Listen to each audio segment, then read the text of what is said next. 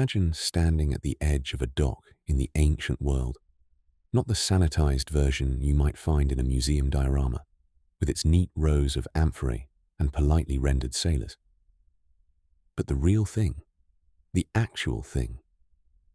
The smell hits you first. Rotting fish guts baking in afternoon sun. The sharp ammonia of urine, where men relieve themselves against the warehouse walls. The sweetness of fermenting wine leaking from cracked clay jars. And beneath all of it, the heavy, brined breath of the sea itself, patient and indifferent to everything happening on its shores. Then comes the sound, the constant wooden groan of ships nudging their moorings, the crack of ropes pulled taut, the shouted arguments of dock workers haggling over payment in 3 different languages at once, a dogfight somewhere in the alley behind the fish stalls, and underneath all of that noise, the rhythmic slap of water against the stone quay, as if the harbour itself were breathing. And then the light, torches after dark, their flames bent sideways by the sea wind, throwing wild shadows across the faces of men you would not, in any other circumstances, choose to stand near. This was the ancient port, not a place of romance, though it produced stories more romantic than almost anywhere else in the human world. Not a place of adventure, though adventures began and ended here, with a regularity that no other geography could match. It was, above all else, a place where the ordinary rules of civilization became negotiable, where the hierarchies that organized daily life in the city, the distinctions between citizen and slave, between Roman and barbarian, between the pious and the profane, loosened their grip just enough for something rawer and more honest to emerge. The port was where civilization showed its teeth. For most of the ancient world, the sea was not a romantic horizon. It was a machine, the most powerful economic machine that human beings had yet constructed. Before the Romans built their roads, before the Persians organized their courier networks, before any land-based infrastructure had knitted together the scattered communities of the ancient Mediterranean world, the sea was already doing the work. A cargo ship of the 1st century could carry the equivalent of 1,000 pack mules worth of goods and required a fraction of the labor. The grain that fed Rome came by ship from Egypt and North Africa. The tin that hardened bronze into weapons traveled by sea from Britain and Iberia. The papyrus on which the ancient world wrote its laws, its poetry, its accounts, and its love letters came from the Nile Delta, bundled into tight rolls and loaded onto vessels that crossed hundreds of miles of open water before they reached the people who needed them. Everything that made ancient civilization possible, the food, the metal, the textiles, the luxury goods, the ideas, moved across water, and wherever ships gathered in numbers, wherever cargo had to be unloaded and reloaded and counted and taxed and stored, wherever men spent weeks at sea and then suddenly found themselves on solid ground with money in their hands and no obligations until the next tide, there the port city grew. And with the port city came everything the sea road carried that you cannot write on a customs manifest: the rumors, the diseases, the gods, the refugees, the criminals, the gamblers, the traders in human lives, and the whole vast infrastructure of pleasure and vice that has always, in every civilization, attached itself to places where men gather after long absences from ordinary life. The ancient ports of the Mediterranean world were not marginal places. They were not the shadowy edges of civilization. They were, in many ways, civilization's beating heart. The places where the wealth was generated that built the temples paid the armies, and fed the cities. Piraeus was not an appendage of Athens. It was the organ without which Athens could not have breathed. Ostia was not merely Rome's harbour.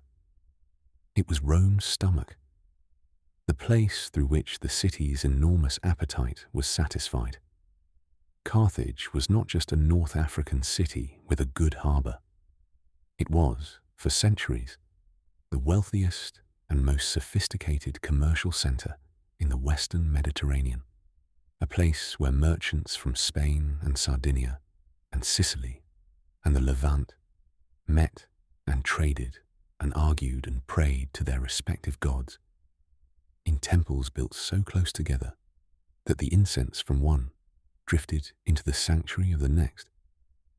These places shaped the ancient world, and to understand them fully, to understand what they really were, what it felt like to live in them, what happened in their streets after dark, what transactions took place in their back rooms, what prayers were offered in their harbour temples, what debts were accumulated in their taverns, what lives were lived and lost in their brothels, is to understand something essential about ancient civilization that no amount of studying its philosophy or architecture or military history can fully reveal.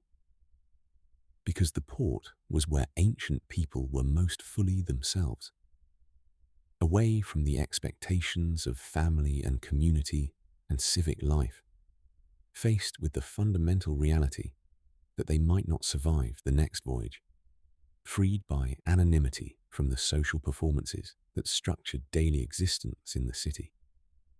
In the port, people acted on instinct.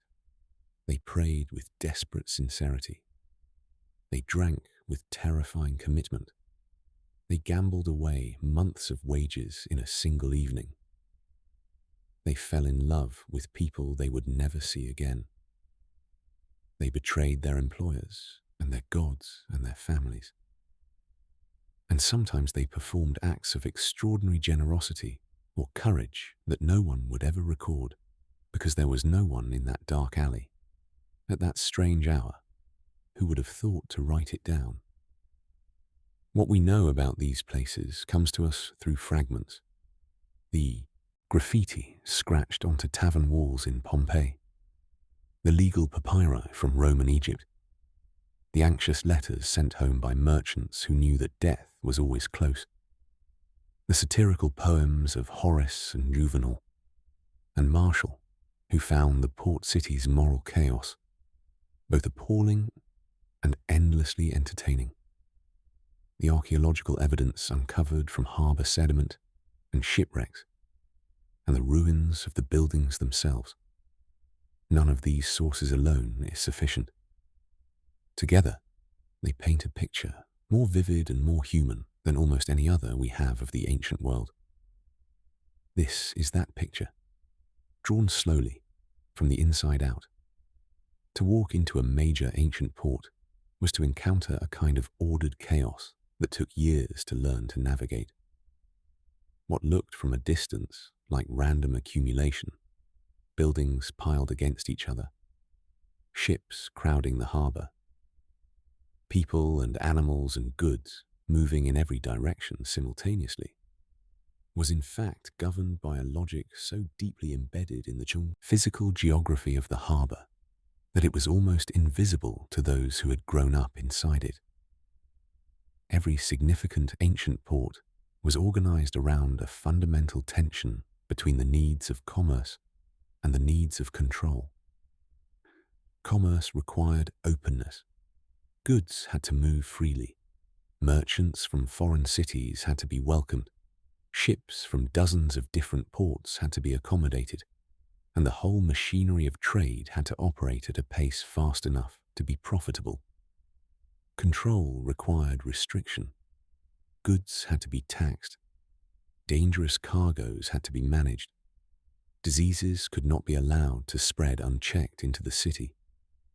And the enormous transient population that any major port attracted had to be supervised closely enough that it did not become an active threat to civic order. The result was a physical environment that was simultaneously one of the most welcoming and one of the most surveilled in the ancient world. You could enter almost any Roman harbour district without presenting papers or proving identity. But every warehouse was registered, every cargo manifest was filed, and every ship that entered the harbour was boarded by customs officials before it could unload. You could drink and gamble in the taverns until dawn, but the tavern keeper was legally responsible for the behaviour of his patrons, and the local magistrates could and did close establishments that generated too much trouble. The port was open to the world. It was also watching itself carefully. The physical structure of a major ancient harbour followed a pattern that had been refined over centuries of Mediterranean experience. The harbour itself was shaped wherever possible by human engineering.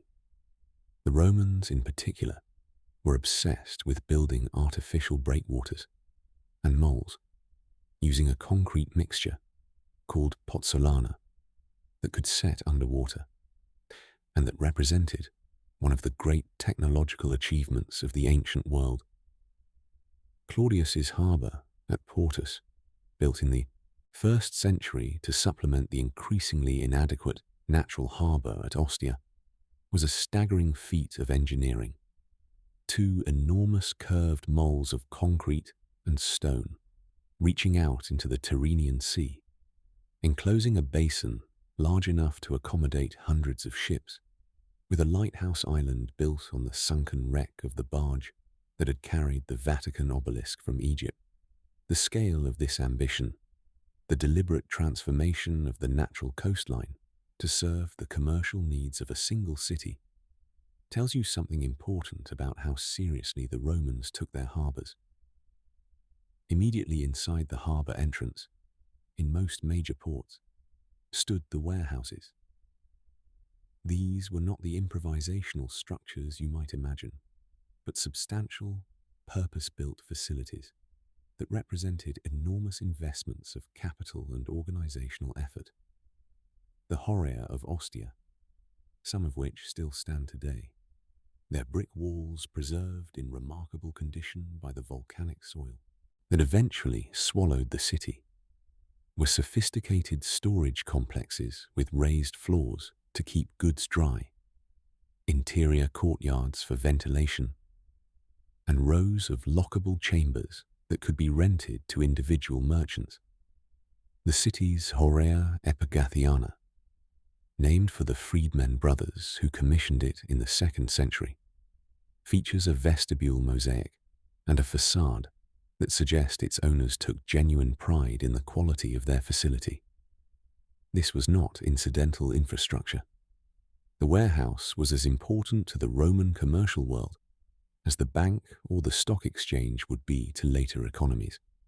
Adjacent to the warehouses, and increasingly chaotic in proportion to their distance from the official commercial zone, came everything else. The workshops where grain was milled and bread baked and fish sauce manufactured. The offices where merchants met with agents and scribes drew up contracts. The small temples and shrines where a captain might stop to make an offering before departure, or to give thanks after a particularly harrowing voyage.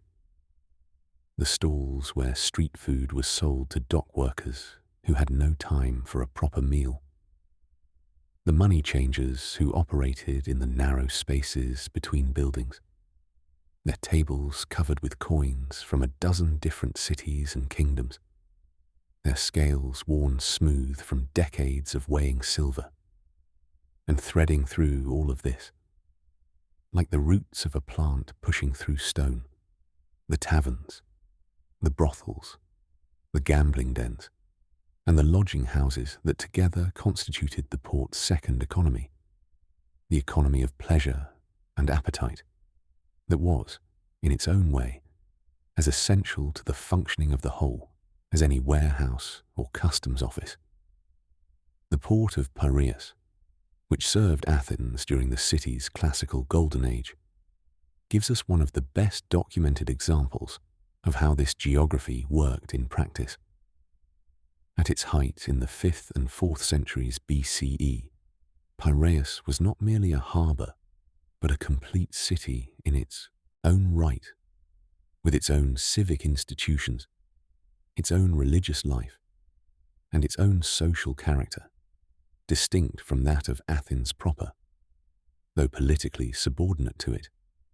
The Athenian statesman Themistocles had recognized, early in the 5th century, that Piraeus's three natural harbours, Zea, Munitia, and the great Cantharos harbour, could be transformed into the foundation of Athenian naval and commercial supremacy, and he had overseen the construction of the Long Walls, the fortified corridor that connected Athens to its harbour, and made the two effectively a single defended unit. This decision changed the course of Greek history and shaped the character of Athenian society in ways that even Themistocles probably did not fully anticipate, because Piraeus was cosmopolitan in a way that Athens, for all its philosophical sophistication, was not. The city's official ideology divided the world sharply between citizens and everyone else, and its laws restricted the political and economic rights of metics, resident foreigners, in ways that would seem brutally limiting to modern eyes. But in Piraeus, these distinctions were softened by practical necessity. The harbour needed merchants from Corinth and Miletus and Phoenicia and Egypt, and it accommodated them with a pragmatism that the city's philosophers, sitting in their shaded gymnasia, occasionally found morally distressing. Foreigners could own property near the harbour in Piraeus, even when they could not own it elsewhere in Attica. The temples of foreign gods stood openly in the harbour district. The Thracian goddess Bendis had her own sanctuary there, and the cult of Isis arrived in Piraeus before it arrived almost anywhere else in the Greek world, carried by Egyptian merchants who needed a place to practice their religion and were given one. The port was where Greece met the world on something closer to equal terms. It is worth pausing here to consider a specific structure that has become perhaps the best documented example of ancient commercial architecture in the entire Mediterranean: the Emporion, or commercial port district. The Athenian Emporion occupied the stretch of Cantharos harbour between the Great Stoa and the sea, and it was governed by a group of officials called the Epimeletai tou Emporiou, whose job was to ensure that grain imports met the city's needs and that commercial disputes were adjudicated fairly. What the ancient sources, Demosthenes, Lysias, and others whose speeches survive because they were used as rhetorical models in ancient schools, reveal about the Emporion is a world of almost dizzying complexity. Loans were made against the security of future cargo. Ships were insured against loss at sea through financial instruments that look surprisingly similar to modern maritime insurance. Merchants from cities that were technically at war with each other still conducted business in the Emporion because the harbour operated under a kind of commercial truce that superseded political hostilities. Money moved across the ancient Mediterranean world with a speed and sophistication that we rarely credit to antiquity. And at the edges of this sophisticated commercial world, at the boundary where the counting houses and the customs offices ended and the streets of the harbour district began, the character of the port changed entirely. This boundary was not marked by a wall or a gate or any official demarcation. It was marked by atmosphere, by the quality of the noise and the smell, by the way that the faces of the men on the street shifted from the cautious calculation of the merchant to something more open and dangerous. This boundary, was where the real port began. Alexandria, the greatest of all ancient harbour cities, makes the point with particular clarity.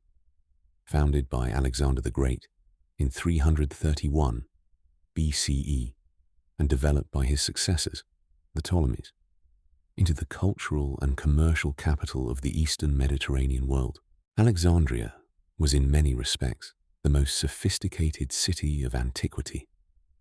Its famous library, whatever its precise physical form, represented the most ambitious attempt in human history to collect and organize knowledge. Its lighthouse, the Pharos, was not merely a navigational aid, but a monument to human ambition so impressive that it was counted among the 7 wonders of the ancient world. Its museum, the Mouseion, literally the House of the Muses, was an institution without precedent, a state-funded research center where scholars were paid to do nothing but think, argue, and write. The city's scholars pioneered advances in mathematics, astronomy, anatomy, and literary scholarship that would not be surpassed for more than 1,000 years. This was also a city whose harbour district, the Brucheion, and the areas around the Great Harbour and the Lake Mareotis port, was among the most densely populated, economically active, and socially volatile in the ancient world. Ships came to Alexandria from every corner of the Mediterranean and beyond, from India and Arabia via the Red Sea route that connected to the Nile, from sub-Saharan Africa, from Spain and Britain and the Baltic. The diversity of the city's population was staggering even by the standards of a cosmopolitan age. Greeks, Jews, Egyptian, Romans, Syrians, Arabians, Ethiopians, Indians, and dozens of smaller groups all lived in Alexandria, worshipped their respective gods, maintained their respective social structures, and competed, sometimes violently, for position and resources in what was, for much of its history, the second largest city in the Roman world. In the harbour district, all of these communities intersected with a frequency and an intimacy that they avoided in the more settled residential neighbourhoods of the city. The harbour was where Alexandria's seams showed, what the port revealed, wherever you looked at it closely enough, was that ancient civilization was never quite as orderly as its monuments suggested. The Parthenon exists. So do the tavern graffiti of Pompeii, where someone scratched into a wall, "Restitutus has deceived many girls." Both are true, and neither can be fully understood without the other. They did not, as a rule, look the way we imagine them.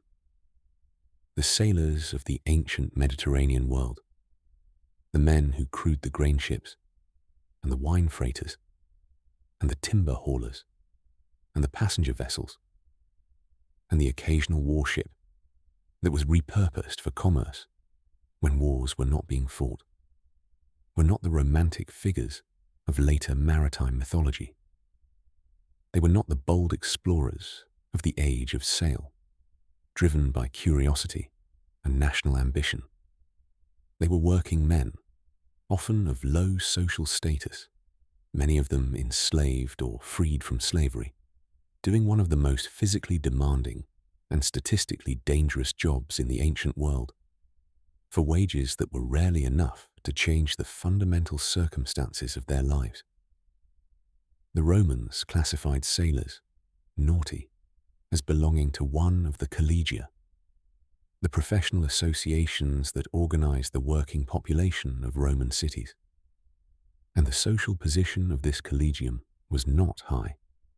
In the Roman hierarchy of occupations, which was deeply concerned with the question of which kinds of work were compatible with the dignity of a free man and a citizen, seafaring occupied an uncomfortable middle ground. It was not dishonourable in the way that acting or prostitution were considered dishonourable, but it was associated with exposure to physical danger. dependence on the arbitrary will of weather and tide, and prolonged absence from the civic life that Romans considered essential to proper masculine identity. A man who spent his life at sea was, in some sense, a man who had absented himself from what mattered. He paid no taxes in his home city. He attended no assemblies. He married, if he married at all, a woman he saw for a few weeks each year. He built no social relationships, acquired no political obligations, accumulated none of the interlocking debts of favor and service that constituted Roman civic life. What he did accumulate, over years at sea, was a particular kind of knowledge that was different in character from almost any other knowledge the ancient world produced. The sailor knew, in a visceral and practical way, that the Mediterranean was not a single sea, but a collection of distinct and dangerous micro-environments, each with its own seasonal weather patterns, its own hidden reefs, its own reliable anchorages, its own particular combination of currents and winds. He knew that the Adriatic in autumn was different from the Adriatic in spring. He knew that the coast of Sicily was treacherous in ways that the coast of mainland Italy was not.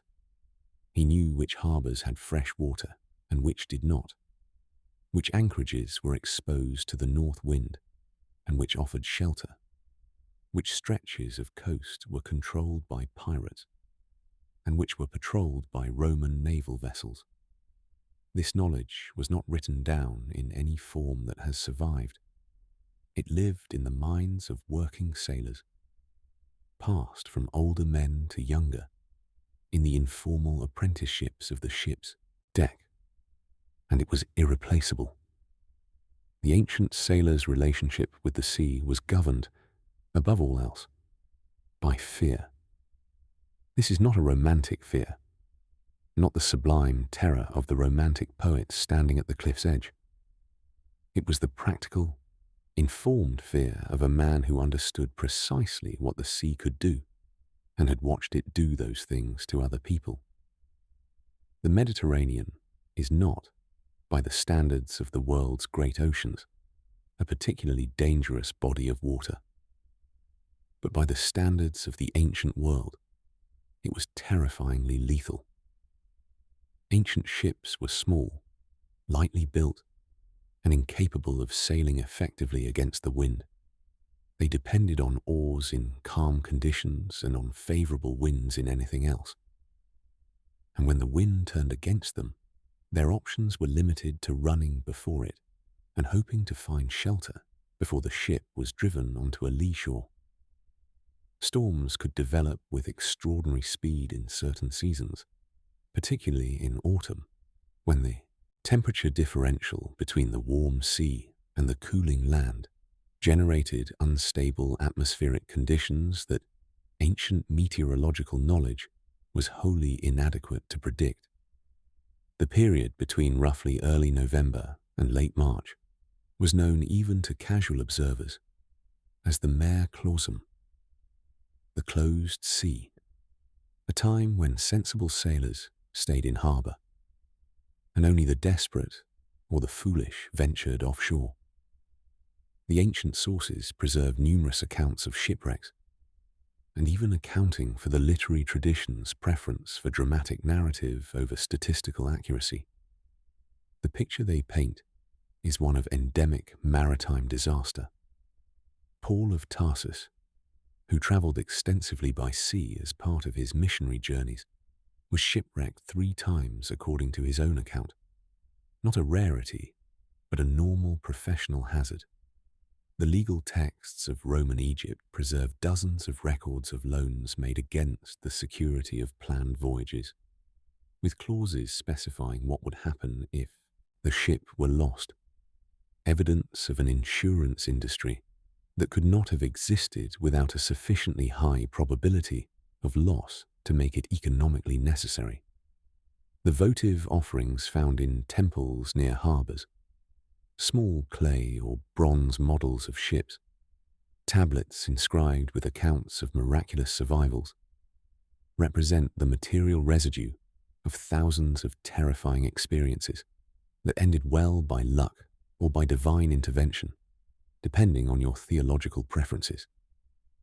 Out of this fear grew superstition so elaborate and so comprehensive that it constituted, in effect, a complete alternative theology.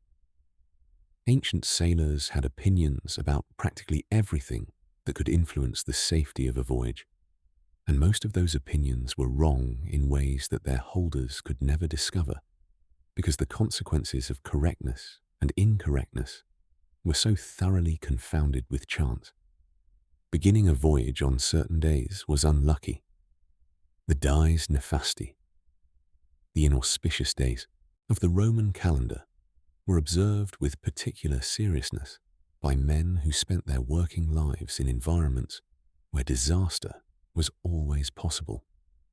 Women on board ship were widely considered bad luck, not because women were generally regarded as dangerous in ancient culture, but because their presence violated the ship's relationship with the sea, which was conceptualized as a female deity who expected to be the only woman in the story.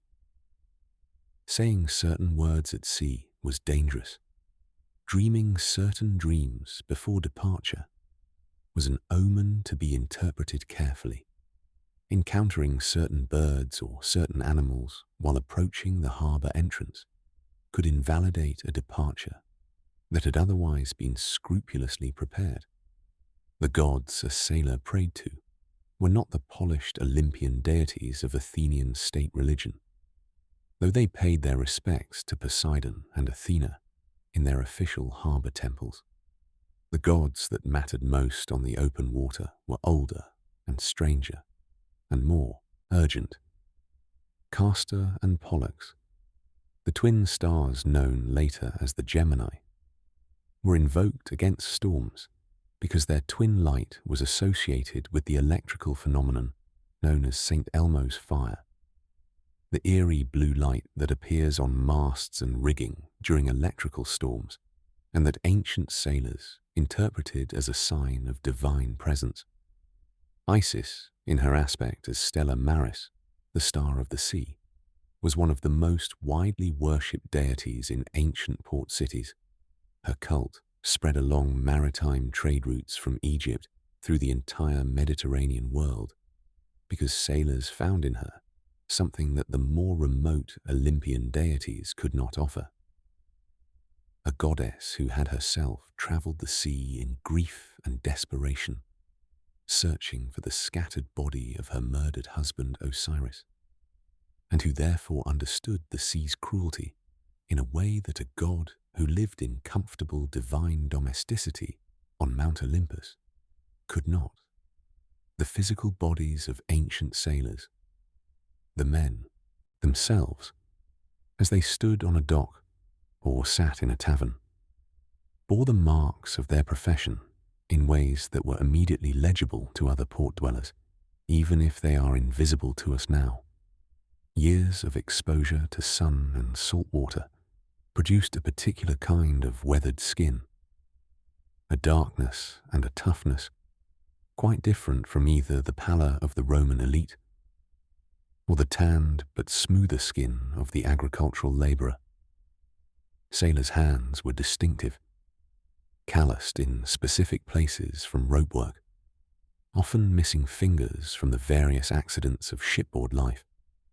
The diet of the open sea, salted fish, hard bread, dried legumes, whatever water remained in the casks after weeks at sea, left traces in the physical condition of men who had followed it for years. Ancient physicians who examined sailors noted specific deficiency diseases that we can now identify retrospectively as scurvy and other dietary disorders caused by the absence of fresh food on long voyages. We know from scattered references in ancient literature that sailors of the Roman period used tattoos, a practice that was otherwise associated in Roman culture with slaves and criminals, which tells you something about how sailors were regarded by the social mainstream even as their labor was essential to the functioning of the entire economy.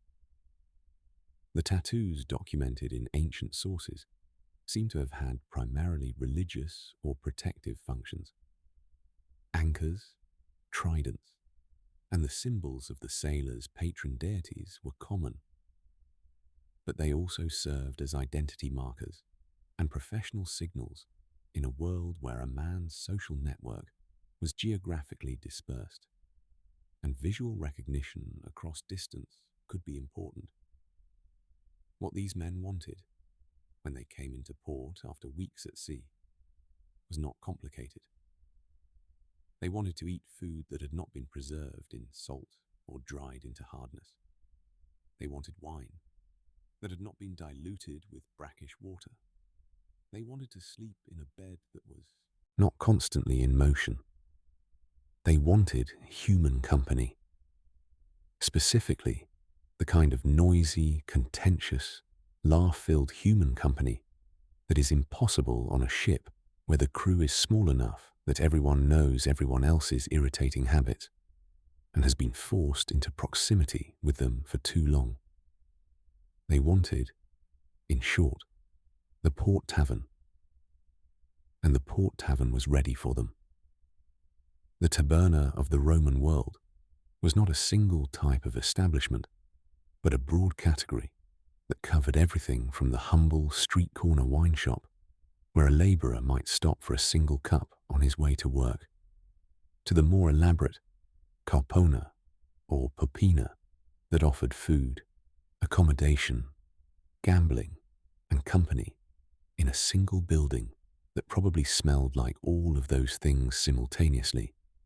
The word itself originally referred simply to a shop, any shop, and its specific association with drinking establishments came from the central place that wine played in the economy of the Roman street. Wine was not, in the Roman world, the luxury it would later become in Northern Europe. It was a staple, a caloric source, a social necessity, and a medium of exchange, and the establishments that sold it were as ubiquitous in a Roman city as coffee shops are in certain modern metropolises. Pompeii, preserved by the eruption of Vesuvius in 79 CE, has given archaeologists an extraordinarily detailed picture of what a Roman town's tavern culture looked like in practice. The excavated city contains approximately 160 thermopolia, the fast food establishments where hot food was served from large terracotta pots set into stone counters, their circular openings still clearly visible in the archaeological record, along with an unknown number of smaller wine shops and more elaborate eating and drinking establishments. For a city whose estimated population ranged between 10 and 20,000 people, this density of food service establishments is remarkable, and it reflects something important about daily life in the ancient city. Most people did not have kitchen facilities adequate for cooking at home, and the street food economy was not a convenience but a necessity. The physical environment of a Pompeian tavern has been reconstructed in considerable detail from the archaeological evidence, and it was not a comfortable place by any modern standard. The front room, opening directly onto the street, typically contained the serving counter with its terracotta food storage vessels, a few amphorae of wine, and sometimes a small shrine to the household gods, the lares, whose images, painted directly onto the wall beside the counter, reminded both the proprietor and the patrons that even this rough commercial space existed within a framework of divine oversight. The floor was bare stone or crude mosaic, the walls painted in the strong reds and yellows and blacks that Roman decorators favored, often with simple figurative paintings that served as both decoration and advertisement. Light came from oil lamps, whose contribution to the general atmosphere of the room was as much olfactory as visual. The slightly rancid smell of burning olive oil permeated everything. Behind the front room, accessible through a doorway that might or might not have a curtain, was whatever the establishment offered beyond food and drink. Better establishments had a room or two for lodging, rough beds on raised platforms, sometimes shared with strangers, without anything that we would recognize as privacy. Others had small rooms that served as venues for sexual transactions, of the kind that were conducted with such business-like regularity throughout the ancient world that they left remarkably little trace of moral anxiety in the record. And many, in the port district specifically, had rooms or alcoves given over to gambling, where the dice games that were technically illegal in Rome during most of the imperial period were conducted with the kind of open defiance of authority that characterizes places where the local magistrates have either been paid to look away or have enough trouble controlling the actual violence in the streets to bother with the relatively contained disorder of the gambling table. What the Pompeian evidence gives us that is unique in all of ancient archaeology is the graffiti, scratched into the plaster walls of taverns, onto the stone of benches and counters, into door frames and columns, and the walls of private houses, with the casual energy of people who had a thought and the nearest sharp object to hand. The inscriptions of Pompeii speak directly from the ancient world in a voice that has been filtered by none of the literary conventions that shape our other written sources.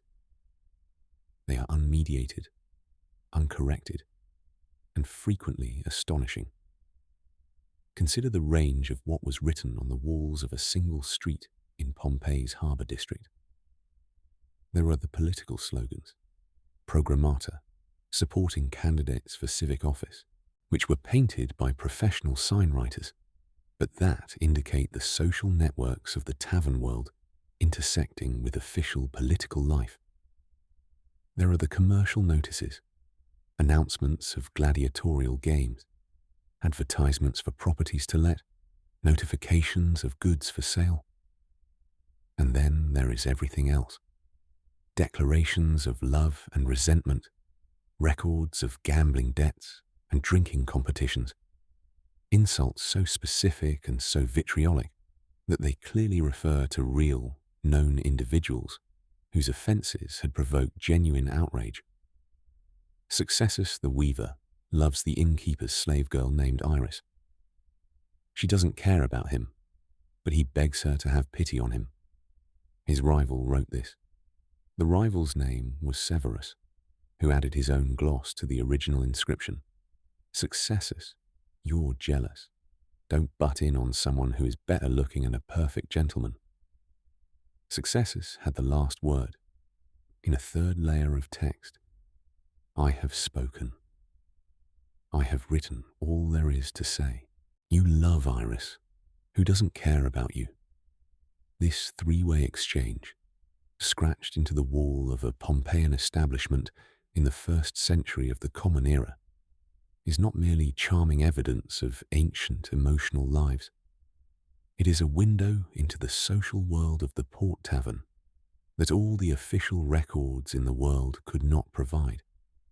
These were people who knew each other, who saw each other regularly enough to maintain running arguments, to track each other's romantic frustrations, to compete for the same woman across multiple visits to the same establishment. The tavern was their public square, their social media, their community centre. It was where they argued politics and watched gladiatorial matches and ate badly cooked food and drank too much wine, and occasionally, when the evening had reached the point of no return, started the kind of fights that ended with someone being carried out by their companions with a broken nose or a split scalp. The food served in these establishments has been partially reconstructed from the amphorae and food residues found in the Pompeian Thermopolia, and it was better than you might expect, or at least more varied. Wine was the constant, served in ceramic cups and almost always diluted with water in proportions that reflected both Roman taste and the practical need to make a limited supply last through a long evening. The dilution ratio was itself a social signal. Serving undiluted wine, mirum, was associated with barbarians and with excessive drinking, but the food that accompanied the wine was genuinely diverse. Lentil stew, roasted chicken, braised vegetables, bread baked in the ovens that occupied the back rooms of many establishments, fish sauce, the garum that Romans used as a condiment and flavor enhancer, with an enthusiasm that modern food writers find both fascinating and slightly horrifying, and whatever fresh produce had come from the market that morning. A port tavern in a city like Pompeii or Ostia had access, through the harbour, to ingredients from across the Mediterranean world, and the cooking of the harbour district reflected that diversity in ways that the more conventional Roman kitchen did not. The proprietors of these establishments occupied an interesting position in the Roman social world. The caupo, or popinator, the tavern keeper, was technically a free person, often a freedman or freedwoman who had used savings accumulated during years of enslavement to purchase or lease a commercial establishment, and who operated it as an independent small business. This gave them a degree of economic independence that was remarkable by the standards of the Roman lower classes. But the social respectability of the profession was not high. The caupo was associated in Roman literary sources with fraud, with the selling of adulterated wine, with providing cover for criminal activity, and with the general moral atmosphere of the tavern world that respectable Romans affected to find distasteful, even as they clearly spent a great deal of time in it. Women who ran taverns occupied an especially complex position. There was a specific word for the female tavern keeper, copa, and the figure of the copa appears frequently enough in Roman literature and legal texts to suggest that she was a familiar type. A woman of lower class background who had acquired a degree of economic and social independence through the management of a commercial establishment, who interacted freely and professionally with men from across the social spectrum, and who was therefore regarded with a mixture of admiration and suspicion that has characterized society's relationship with economically independent women in most historical periods. The copa served wine, but was not necessarily a prostitute, though the two roles were often conflated in literary sources that had an interest in presenting tavern-keeping women as morally compromised. The reality was almost certainly more various and more complex than the literary stereotype suggests. One of the most evocative pieces of evidence for the social life of the Roman port tavern is a series of paintings found in a Pompeian establishment known as the Corpona of Salvius. The paintings, which decorated the walls of the main room, depict scenes of tavern life with a directness and specificity that suggests they were meant to be recognizable to the patrons who sat beneath them. Men and women drink together, their attitudes ranging from animated conversation to the glazed contentment of the seriously intoxicated. A dice game is in progress at one table, the players' expressions suggesting varying degrees of excitement and anxiety. In one scene, two men who appear to be arguing are being firmly escorted toward the door by a figure who has the manner of either a bouncer or a landlord who has had enough. The paintings are not moralistic. They do not pass judgment on the activities they depict. They simply show a world that the people who commissioned them and the people who sat beneath them recognized as their own.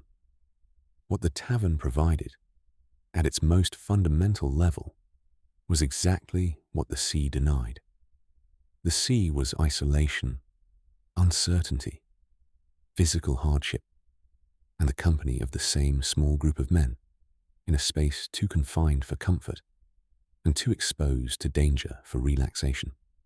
The tavern was noise, warmth, variety, the pleasure of anonymity in a crowd, the availability of everything the body had been deprived of at sea. The contrast was so extreme and so welcome that it explains, better than any moral failing, the intensity with which sailors and dock workers threw themselves into port life when they had the opportunity. They were not dissolute people engaging in deliberate vice. They were human beings experiencing relief.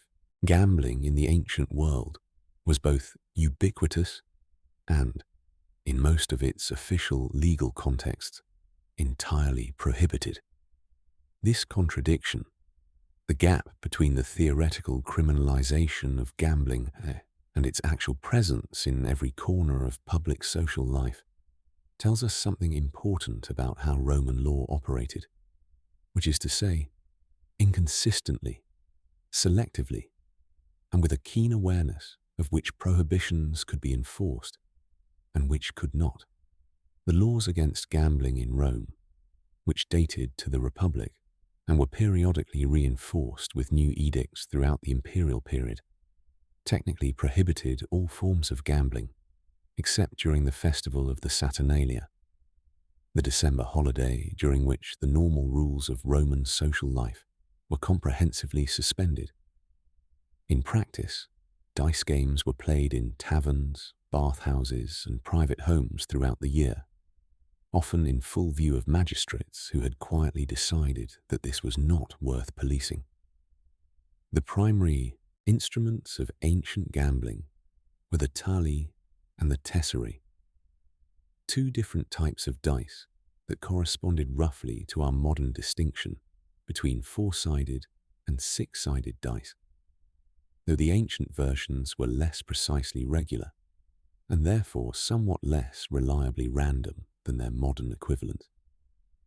The tali were made from the knuckle bones of sheep and goats, the bone just above the ankle, called the astragalus, which has four distinct faces of different shapes and was used as a die whose four possible outcomes carried different values. The tesserae were the six-sided cubic dice, more familiar to modern eyes, made from bone, ivory, glass, clay, or occasionally lead, and used in games where the full range of 1 through 6 was required. What makes the ancient gambling world particularly interesting, from an archaeological perspective, is the physical evidence of fraud. Loaded dice have been found at numerous Roman period sites, their biases created by drilling small holes in the high number faces and filling them with lead, or by the subtler technique of making the die from a material that was not perfectly uniform in density. The sophistication of some of these manipulations suggests professional fraud at a level that implies both significant investment of skill and a regular context in which rigged dice could be used with sufficient success to make that investment worthwhile. Port taverns, with their transient clientele of sailors who were away from their home social networks, who could not easily return to confront a fraudster once they had sailed, and who often had substantial sums of money from recently sold cargo, were exactly the context in which loaded dice would be most useful. The Roman legal tradition, preserved in the Digest, the great compilation of jurisprudence assembled under Justinian in the 6th century from earlier sources, contains a remarkable provision related to gambling fraud. A man who had been cheated at dice could bring a legal action to recover his losses, but only if the gambling had taken place in a context that violated the general prohibition on games. This created the wonderfully perverse situation in which the victim of gambling fraud had to admit to illegal gambling in order to seek legal redress for having been cheated while doing it. the law acknowledged the reality of the tavern gambling world, even while maintaining the formal fiction that it did not exist. The games themselves, beyond the basic mechanics of dice rolling, ranged from simple wagering on individual throws to complex strategy games that combined dice with moving pieces on boards. The game known as Duodecim Scripta, 12 lines, appears to have been something like an ancestor of backgammon, played on a board of 24 points with pieces moved according to dice rolls, and it appears frequently enough in ancient sources, including a famous graffiti inscription from Rome that reads, Levate, lift, followed by what appears to be a game position, to suggest that it was one of the most widely played games in the ancient world. The simpler tabula, literally board, was a category name for various dice and board games that were played throughout the Mediterranean, and that apparently survived the fall of the Roman world, to become, eventually, the backgammon still played today. Dice games in ancient port taverns were not merely entertainment. They were the mechanism through which significant amounts of money changed hands in the informal economy of the harbour district, and the social dynamics that governed them were as complex and as carefully observed as the rules of any formal financial transaction. The custom of alea, the Latin word for dice games that also gives us our word for chance, carried with it a set of social obligations and conventions about conduct that were no less real for being unwritten.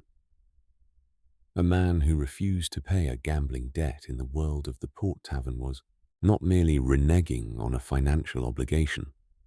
He was violating a social compact that held the whole informal community together.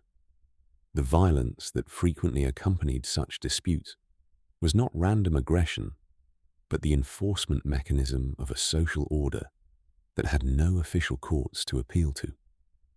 We know something about the amounts of money that changed hands in ancient gambling contexts from the scattered evidence of papyri, legal records, and literary sources, and the sums, adjusted for the relative value of currency, could be genuinely ruinous. The Roman satirist Juvenal, writing in the late 1st and early 2nd century, describes wealthy men losing fortunes at the gaming table with a contemptuous fury that suggests he had seen, or thought he had seen, the destruction of real families and real estates. Even allowing for satirical exaggeration, the frequency with which gambling debts appear in ancient legal and commercial records as a cause of debt slavery, as a motive for fraud, as an element of inheritance disputes, indicates that the hazard was real and the consequences often severe. For the sailors and dock workers of the port district, the mathematics of gambling carried a specific and poignant irony. These were men whose entire professional lives were organized around risk. The risk that the ship would not survive the voyage, that the cargo would be damaged or stolen, that the wind would fail at a critical moment and strand the vessel in a harbour where food and water were expensive. They understood, in their bones, that chance was the governing principle of existence. The dice game was not, for such men, an aberration from normal life. It was a representation of it, a controlled, socialized form of the fundamental uncertainty that they lived with every day. That it could ruin them was not hidden from anyone. The ruins of men who had lost everything at dice were visible in every port district, begging near the tavern where their money had gone, sometimes working their way back to respectability through years of careful accumulation. Sometimes not. One of the more remarkable documents in the archive of Roman Egypt, a papyrus collection that represents the most extensive surviving body of private and commercial documents from the ancient world, is a letter sent by a merchant named Hieronymus in the 3rd century to his employer, a wealthy landowner whose estates he managed. The letter contains, among its routine administrative content, a brief account of an evening in a harbour tavern in Alexandria that ended with the writer losing a significant portion of his employer's money at dice to a man he now suspected of cheating.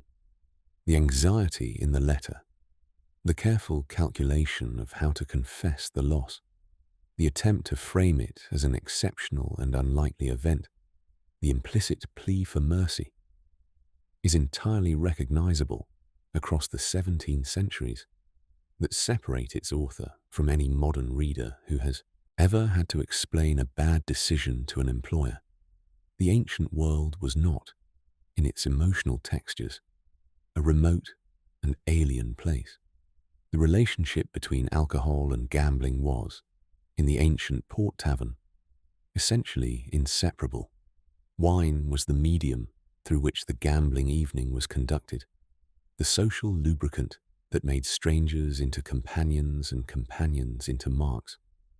Ancient sources are clear that experienced gamblers and the proprietors of gambling establishments understood the role of wine in loosening inhibitions and impairing judgment, and they deployed it accordingly. The practice of encouraging a player to drink more than he might choose on his own, in order to make him less cautious with his money, is documented in sources that range from legal texts discussing fraud to the pointed observations of satirists who made the port district their subject. The loaded dice and the bottomless wine cup were weapons deployed in concert, and men who emerged from a long evening in a port tavern without having lost significant money had either entered it with exceptional self-discipline or exceptional luck.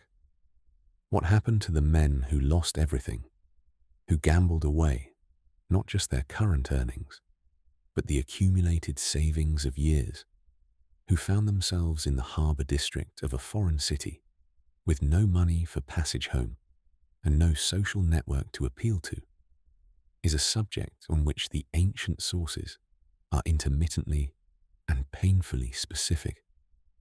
Debt slavery was the most drastic consequence, but it required a formal legal process and was therefore relatively rare in the informal economy of the port. More common was the informal enslavement of need. The desperate man who could not pay for his passage home accepted work on terms that were exploitative but technically voluntary, or sold himself into domestic service to a local household for a fixed term, or drifted into the shadow economy of the harbour district itself as a petty thief, a runner for the more established criminal networks, a procurer for one of the establishments in the brothel district. The port absorbed its casualties. The Lupanar of Pompeii is the most completely preserved ancient brothel in existence, and standing in its narrow corridors today. Its stone beds projecting from the walls at a height that manages to look both businesslike and uncomfortable. Its faded erotic paintings still visible on the walls above each cell. Its ancient graffiti, still legible if you lean close enough to read them, produces a particular quality of feeling that is difficult to describe. It is not the prurience that ancient sites sometimes provoke in modern visitors who feel they have found something forbidden. It is something more like the discomfort of too much honesty, the feeling of looking at a place that did not bother to maintain any of the pretenses with which we normally surround this aspect of human behavior. The Lupanar itself, on the Via dell'Abbondanza in the heart of Pompeii, is a 2-story building with 5 ground-floor rooms, and originally 5 more on the upper floor, accessible by a wooden staircase that no longer exists. Each room contains a stone bed, a slab of masonry with a slight depression worn into it by use over decades, with stone pillows of the same material. Above each doorway, a small painting depicts a sexual act, serving as a visual menu of the services available in the room beyond. The graffiti on the walls are among the most extensively documented in Pompeii, and they record not just the names of workers and clients, but prices, professional reputations, and the kind of personal detail that no official historical record would ever preserve. Felix licked here, like thunder, writes one satisfied customer. Myrtis sucks well, observes another, with the directness that characterized ancient sexual advertising. The prices recorded in the Lupanar graffiti are, by the standards of the Romanesque economy, remarkably low, typically between 2 and 8 asses, at a time when a cup of wine cost about 1 as and a loaf of bread about 2. This pricing places the services of the Pompeian brothel within reach of virtually anyone in the port economy, from the slave dock worker to the affluent merchant, and it reflects a commercial strategy built on volume rather than exclusivity. The women who worked in the Lupanar, whose names preserved in the graffiti, include both Roman and foreign ones, suggesting a mixture of local women and those brought from elsewhere, were conducting dozens of transactions daily in conditions that were, by any measure, deeply unpleasant. The legal and social status of women in ancient brothels was complex in ways that resist easy summary. At the extreme, women who had been enslaved specifically for sex work had no legal personhood, no right to refuse customers, and no claim on their earnings beyond whatever their owners chose to give them. For these women, the brothel was a prison without bars. They could not leave, could not refuse, and had almost no recourse against abuse or violence. This reality is not obscured in the ancient sources, which discuss the treatment of enslaved sex workers with a casualness that reflects the fundamental normalization of slavery in the ancient world, rather than any particular callousness about this specific group.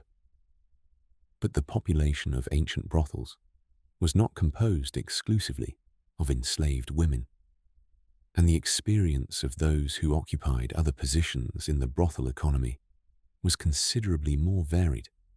Freed women who chose or were driven to continue working in the sex trade after emancipation occupied a different legal position, technically free, capable of owning property and making contracts, but subject to a set of legal disabilities that accompanied the formal registration as a prostitute, meretrix, that Roman law required. Women who registered as prostitutes lost the legal protections afforded to respectable women. They could be sexually assaulted without the assault being treated as a crime against their person, only against their owner if they were enslaved. But they also acquired certain rights and social recognitions that made their position not entirely without resource.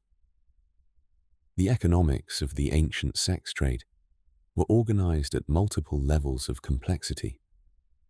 At the bottom, in the lupanaria of the port districts, transactions were straightforward and brief.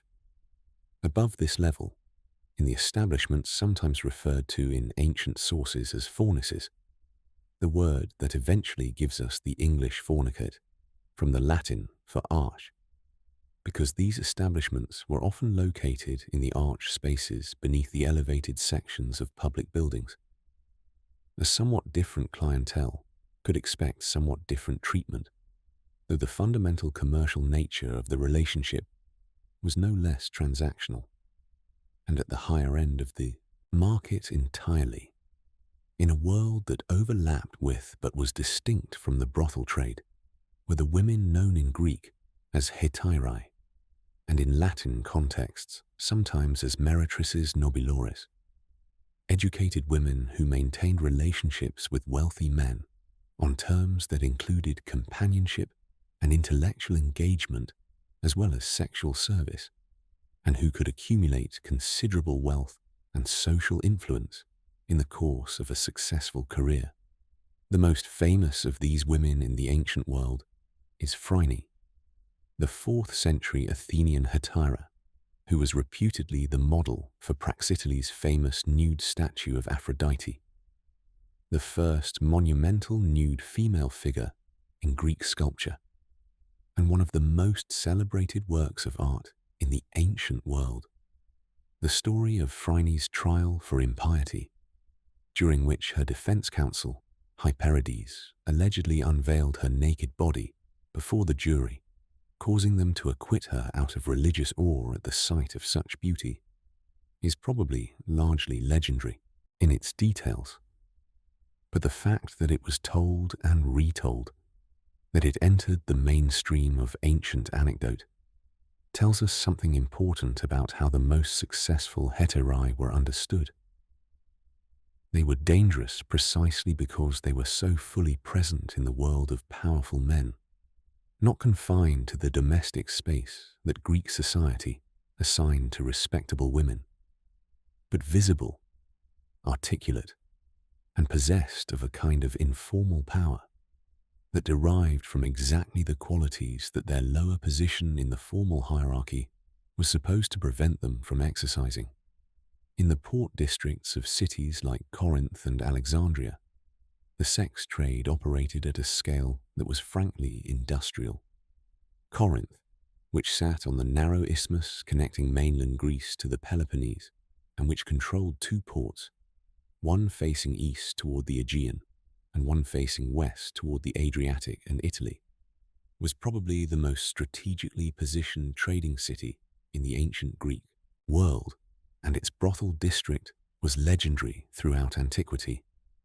The Christian apostle Paul's letters to the Corinthians, written in the middle of the 1st century CE, drip with anxiety about the sexual practices of a community that was surrounded by one of the ancient world's most comprehensive and energetically marketed sex trades. When Paul writes about porneia, sexual immorality, to his Corinthian converts, he is not speaking in abstractions. He is describing the specific commercial landscape visible from the windows of the houses where his converts lived. The temple of Aphrodite on the Acrocorinth, the great rock that dominated the city, was alleged by ancient writers to have maintained 1,000 sacred prostitutes, women whose sexual services were offered in a religious context and whose earnings went to the temple. Modern scholars have generally concluded that this figure is an exaggeration and that the institution of sacred prostitution in the Greek world was never quite as organized or as extensive as ancient sources sometimes suggest. But the fact that the allegation was made and believed, and that it attached itself specifically to Corinth's most prominent religious site, reflects a genuine cultural reality. The connection between the harbour district's sex trade and the religious life of the city was not incidental, but structural, as we will explore in more detail when we come to the gods of the harbour. The archaeological evidence for ancient brothels extends well beyond Pompeii, though Pompeii remains uniquely well preserved. Harbour districts throughout the Roman world show the architectural signatures of sex work. Small rooms off back alleys, spaces too small for comfortable domestic habitation, but adequate for brief commercial encounters. Buildings whose street-level graffiti indicates the services available within. In Ostia, the Roman port city, several buildings in the harbour district have been identified as probable brothels based on their physical configuration and their proximity to other commercial establishments in the port economy. The nature of archaeological evidence is such that these identifications are rarely certain. A small room is a small room, and the absence of a written record specifying its use leaves room for multiple interpretations. But the concentration of such spaces in the harbour districts and their consistent architectural character makes the pattern of identification robust even if individual identifications remain provisional. What the ancient brothel represented, in its most fundamental social dimension, was a space where the normal rules of gender and status were not abolished but renegotiated on terms that were explicitly commercial. The man who entered a brothel entered a space that was, unusually for the ancient world, not organized primarily by his social status. The client of modest means and the wealthy merchant were, in this space, equally customers, and the transaction they were engaging in acknowledged no distinction of honor or dignity. This leveling function, the brothel as a space of radical social equality in the single dimension of what everyone there was doing, is part of what made it so persistently associated with the port in the ancient imagination. The port was the place where social categories loosened. The brothel was where they dissolved entirely, at least for the duration of the transaction. The temples that clustered around ancient harbor districts were not incidental architecture, built where space happened to be available, and adorned with whatever religious imagery was fashionable. They were strategic placements in a landscape that ancient people understood as both physically and spiritually treacherous, and the gods honored in them were chosen with a specific and practical understanding of what a sailor needed from a deity.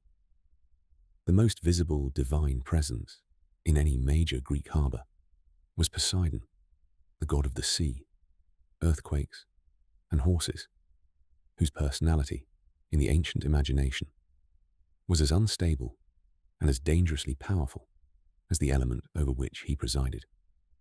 The great temple of Poseidon at Cape Sunion, at the southernmost tip of Attica, was positioned not to serve an urban population, but to be visible from the sea, a landmark for sailors approaching or departing from the Piraeus that announced the presence of the god whose goodwill was essential to any maritime enterprise. The Athenians rebuilt and enlarged this temple after the Persian Wars in marble that was deliberately chosen for its whiteness, ensuring maximum visibility against the blue Aegean sky. The message was unmistakable. Poseidon sees you leaving and will see you returning, and the relationship between you and him that the city maintains on your behalf has been expressed in the most expensive and permanent terms available to human construction. But Poseidon was a difficult god, capricious, easily offended, and as likely to send storms as to prevent them. His mythological character, as transmitted through Homer and the later tradition, was that of a divine force that demanded respect, but did not particularly reward devotion. Odysseus's ordeal in the Odyssey is, at its most fundamental level, the story of what happens when you offend Poseidon. Not death, which the god could administer easily, but a 10-year torment of delays and disasters, a sentence of perpetual, almost but not quite returning that was, in some ways, worse.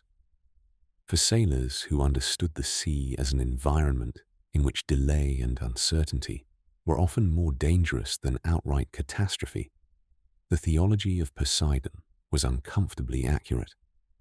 This may be why the harbour districts of the Roman period showed such a dramatic preference for the gentler and more reliably protective divine figures. Above all, for Isis. The Egyptian goddess's cult spread through the Mediterranean world along maritime trade routes in a process that modern scholars of ancient religion have described as one of the most remarkable examples of religious diffusion in the ancient world. By the 2nd century CE, temples of Isis, the Asiya, stood in virtually every major port city in the Mediterranean, from Alexandria to Ostia, to Delos, to Corinth, to Carthage, and the cult's penetration of the maritime world was so thorough that the great annual festival opening the sailing season in the Roman Empire, the Navigium Isidis, or Ship of Isis, was the most important religious event of the harbour year. The Novitium Isidis, celebrated on the 5th of March, which is, by no coincidence, roughly when the Mediterranean sailing season traditionally opened after the winter closure, was described in the 2nd century CE by the writer Apuleius in his novel The Golden Ass, and his description is one of the most vivid accounts of a public religious festival to survive from the ancient world. A procession moved from the city down to the harbour, carrying images of Isis and an assortment of symbolic objects. At the water's edge, a model ship was launched, decorated with Egyptian symbols, its sail inscribed with prayers. And as it moved out beyond the harbour entrance and onto the open sea, the crowd that had gathered for the festival prayed for safe voyages for all who would sail that year. The ritual combined the practical, marking the opening of the sailing season and mobilizing divine protection for the months of maritime activity that followed. With the deeply emotional, Isis was the goddess who had traversed the sea in her grief, who had known the terror of the water as a human rather than a divine experience, and who therefore provided something that a remote and powerful god like Poseidon could not offer: empathy. The other divine figure, whose temples were consistently found in harbour districts, was one whose association with maritime space is less immediately obvious: Aphrodite, the goddess of love and beauty, whose connections to the sea were mythological rather than functional. She was born, in the most famous version of her origin story, from the sea foam produced when the severed genitals of the sky god Uranos were thrown into the water, was the patroness of the island of Cyprus, which sat at the crossroads of the eastern Mediterranean trade routes, and her cult was therefore associated with maritime commerce from an early date. More specifically, Aphrodite/Venus was the patroness of the kind of prosperity that flowed from successful trade, and the wealth that the sea brought to a harbour city was understood as, in some sense, her gift. The great temples of Aphrodite in harbour districts were not primarily about sexuality, whatever the later tradition of sacred prostitution stories suggests.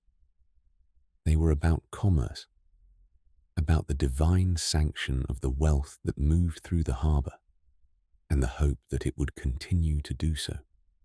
The votive offerings found in harbour temples and in the sea itself, retrieved from harbour mud, from the waters around headlands where temples stood, from the shipwreck sites where desperate prayers had been answered or not, are among the most emotionally direct objects to survive from the ancient world. Unlike the great commemorative inscriptions that record victories and dedications from powerful men and institutions, votive offerings were made by ordinary people in moments of genuine extremity, and they carry something of that extremity in their physical form. The small clay models of ships, their hulls carefully shaped by hands that clearly knew what a ship looked like from close observation, represent the vessels that sailed and returned safely. The lead tablets inscribed with prayers, sometimes legible, sometimes deliberately written backwards or in unusual scripts to enhance their magical efficacy, record the specific anxieties of specific individuals at specific moments: a merchant praying for the safe arrival of a cargo, a wife praying for the return of a husband who had been at sea too long, a sailor giving thanks for surviving a storm that had taken the men in the ship beside his.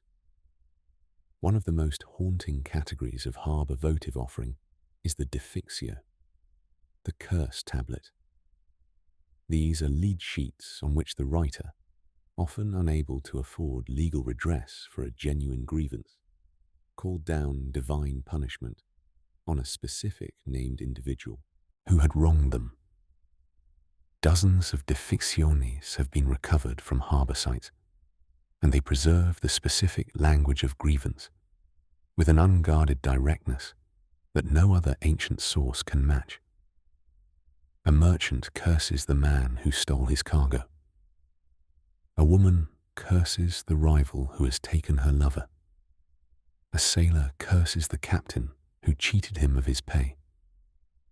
The theology of the Defixio assumed a divine world that was accessible to ordinary people, that could be petitioned with the right words and rituals to act on their behalf, and that would, given sufficient incentive in the form of the ritual deposit of the lead tablet, deliver justice in this world or the next.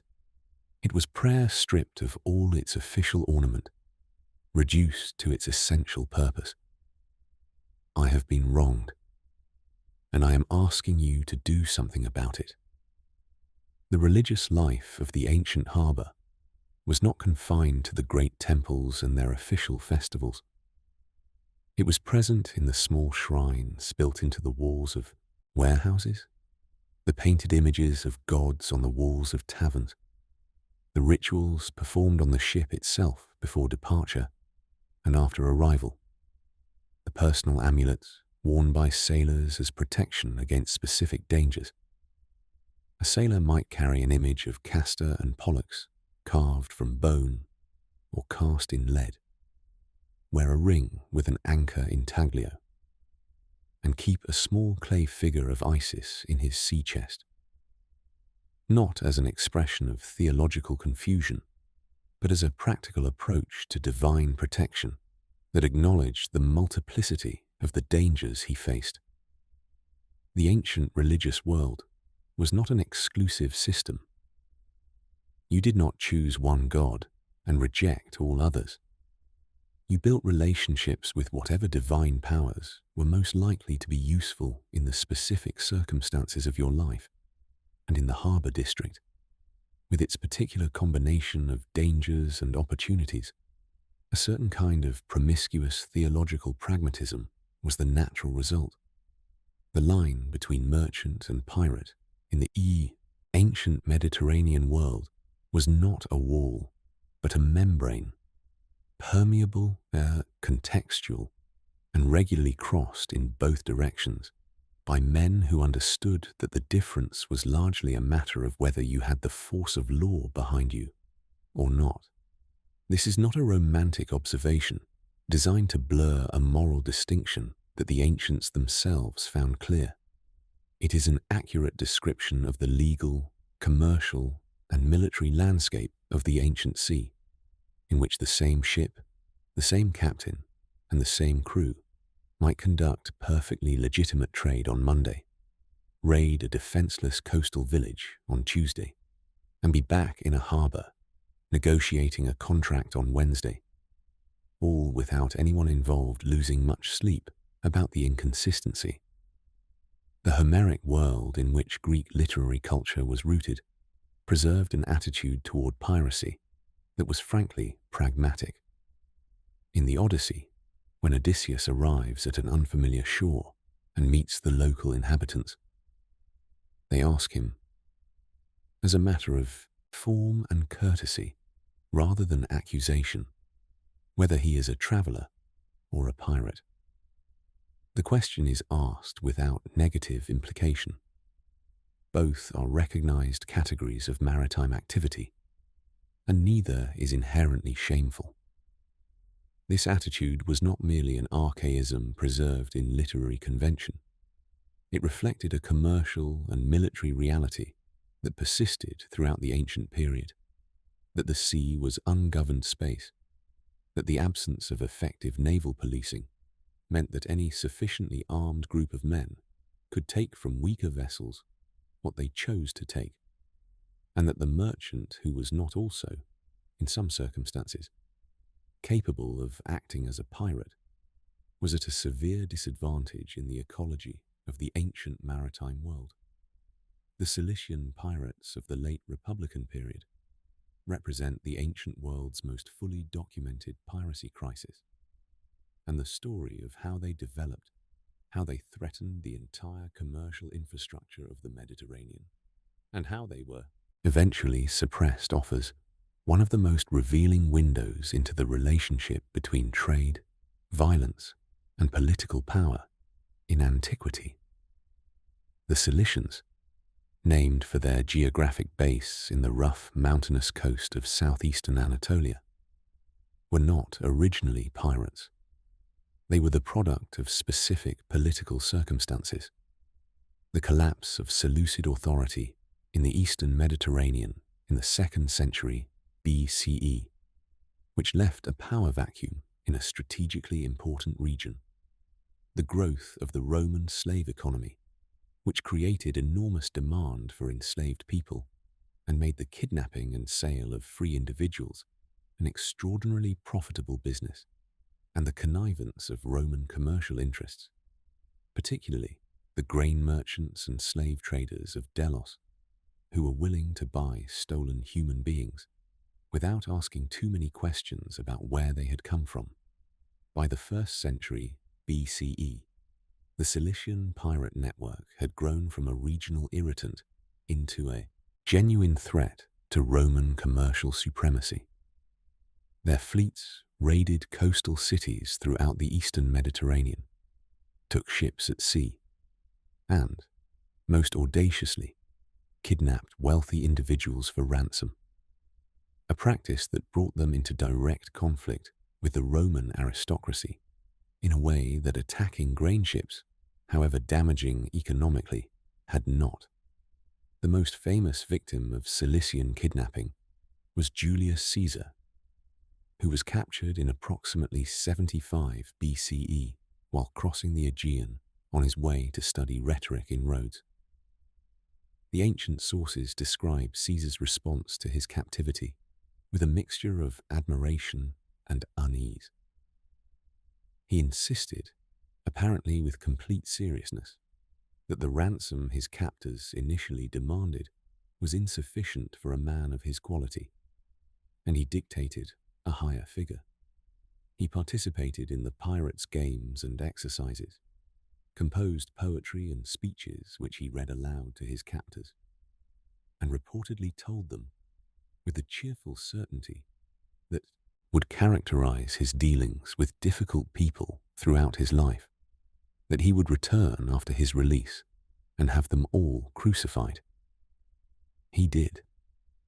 But the story of the Cilician pirates illuminates something beyond the drama of individual encounters.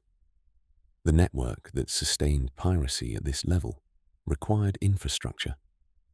Harbors where stolen goods could be sold, cities where kidnapping victims could be held while ransoms were negotiated, markets where enslaved people could be exchanged for cash. These facilities were provided in the eastern Mediterranean world of the 1st century BCE by cities that were technically operating under Roman authority and that were conducting a thriving legitimate trade alongside the illegal one. The island of Delos, the great free port of the Aegean, was the most important center of the slave trade in the ancient world. It was said to be capable of processing 10,000 enslaved people in a single day, and the same commercial infrastructure that handled legitimate goods handled stolen humans with equal efficiency. The port city's relationship with piracy was not simple criminal complicity. It was a more systemic entanglement in which the distinction between legitimate and illegitimate commerce was genuinely unclear, and in which the commercial interests of legitimate merchants were often served by the activities of people who were, by any reasonable definition, criminals.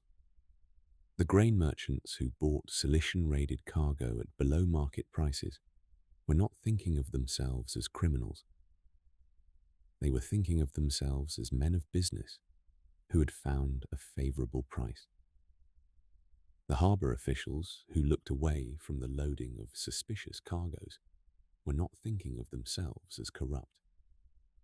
They were thinking of themselves as pragmatists who understood that the commercial health of their harbour depended on maintaining a reputation for flexibility.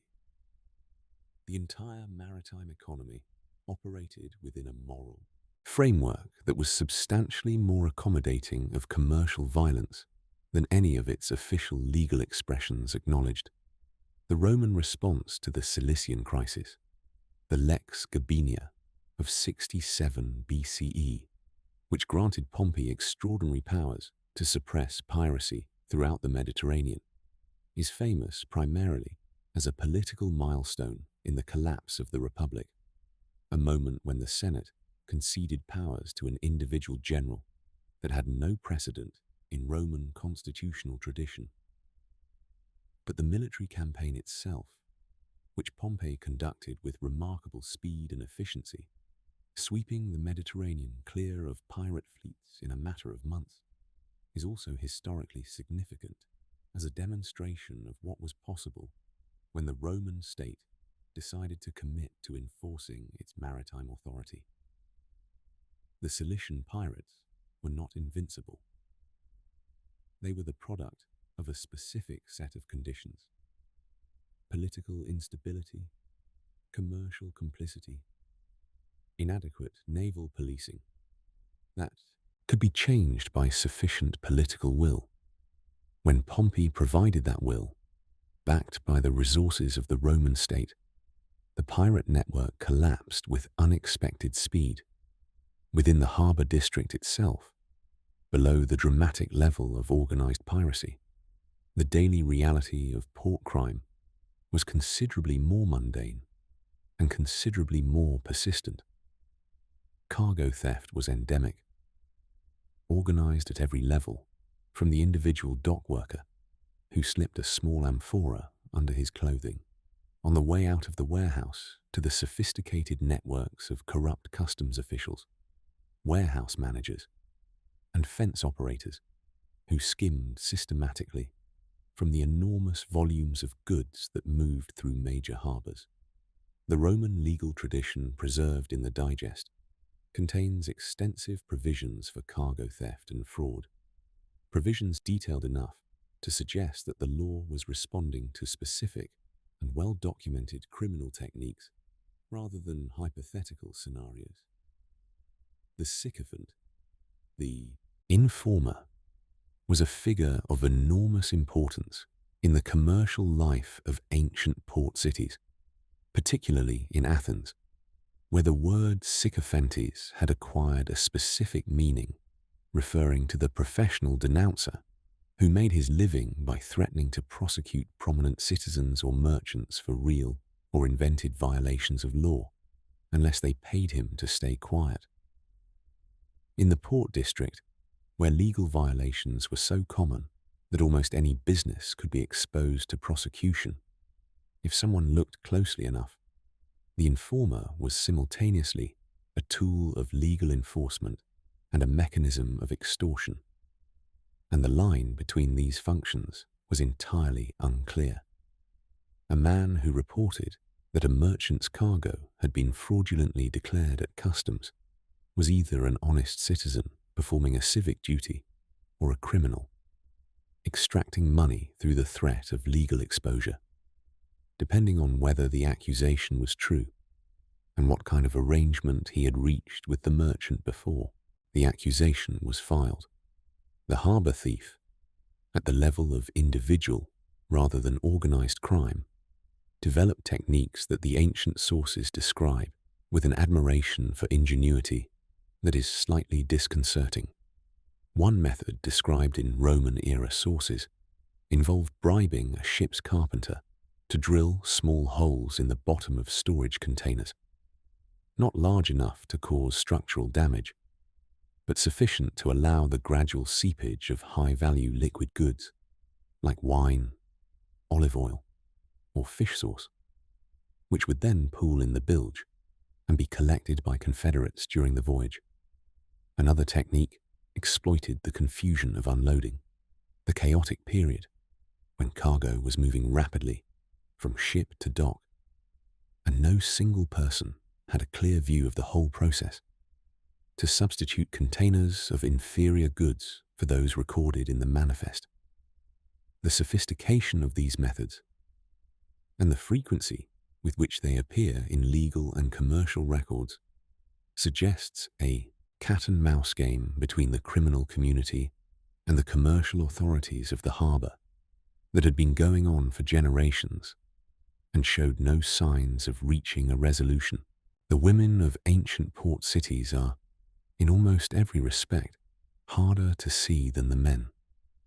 The historical record was made predominantly by men and about men, and the specific environments we have been exploring, the tavern, the gambling house, the ship's deck, the customs office, the dock, were nominally masculine spaces, though the reality of their social composition was more mixed than this official characterization suggests. But the women are there, if you look carefully, in the inscriptions that commemorate their business activities, in the legal texts that record their conflicts and transactions, in the literary sources that occasionally describe them with more detail than the genre conventions require, and in the archaeological record that preserves the physical spaces where they lived and worked. The most visible women in the port economy were those who ran taverns and food establishments, the copae, whose presence as a recognized professional type in Roman society have already noted. What the evidence reveals about these women, when you look at it carefully, is not the marginalized and morally suspect figure of the literary stereotype, but a more varied and often more formidable reality. A freedwoman who had managed to establish herself as the proprietor of a harbour district tavern had achieved something that required, in the Roman world, substantial resources, considerable practical skill, and a degree of social confidence that the official subordination of women in Roman society was, in practice, often unable to prevent. She owned or leased property. She managed employees, typically enslaved workers, sometimes free-hired labor. She conducted financial transactions, extended credit, managed supply chains, and dealt daily with a clientele that included, at the difficult end of the spectrum, drunk sailors and professional criminals. The inscription commemorating a woman named Septimia Stratonice, found at Ostia, and dating to the 2nd century CE, records that she was a freedwoman who had established a successful trading and hospitality business in the harbour district and whose sons had gone on to hold respectable civic positions in the city. The inscription, which she apparently commissioned for herself before her death, presents her business activities with a matter-of-fact pride that suggests she considered them entirely compatible with personal respectability. She is not apologizing for what she did. She is commemorating it. The women who worked in port brothels occupied, as we have seen, a wide range of positions within a complex economy, and their lives were not uniformly those of the passive victims that a simplistic reading of the evidence might suggest.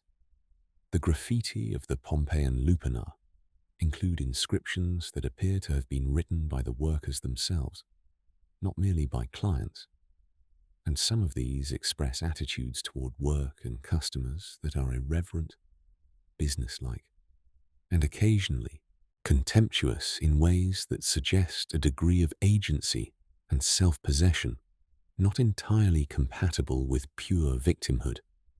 This observation must be made carefully.